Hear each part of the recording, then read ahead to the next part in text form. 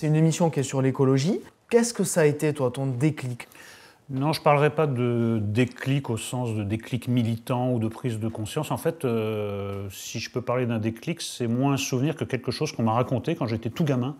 Je devais avoir 3 ans ou 4 ans, je passais des vacances dans les Vosges, d'où est originaire une partie de ma famille, et on m'a raconté que j'avais l'habitude d'étreindre les arbres en disant le mot bois, alors que je savais à peine parler. Et on m'a dit que c'était très étrange, qu'ils n'avaient jamais vu un gamin faire ça. J'étais amoureux des arbres. Donc c'est plus quelque chose de sentimental, d'instinctif. Mais il s'est passé un truc pendant ma dernière année à Bayonne. Je ne sais pas pour quelle raison, on nous a tous distribué le même livre. Ce n'est pas un prix, mais je ne sais pas pourquoi on nous a distribué ce livre. C'était Ravages de Barjavel.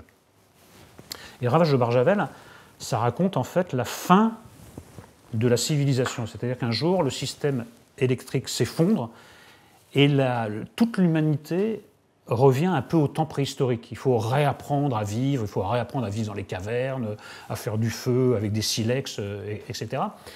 C'est très impressionnant, bien sûr, puisque c'est une catastrophe planétaire.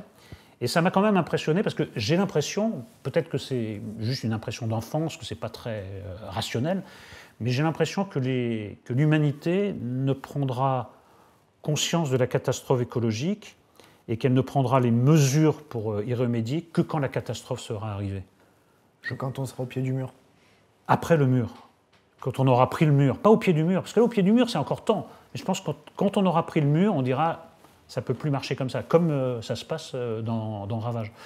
C'est un livre d'ailleurs qui revient à la mode. Les gens relisent ce livre qui était un peu tombé dans l'oubli parce qu'il est en coïncidence avec notre époque. Et ça a beaucoup façonné ma conscience écologique dans le sens où je me dis on ne peut pas convaincre les gens avant que la catastrophe soit advenue.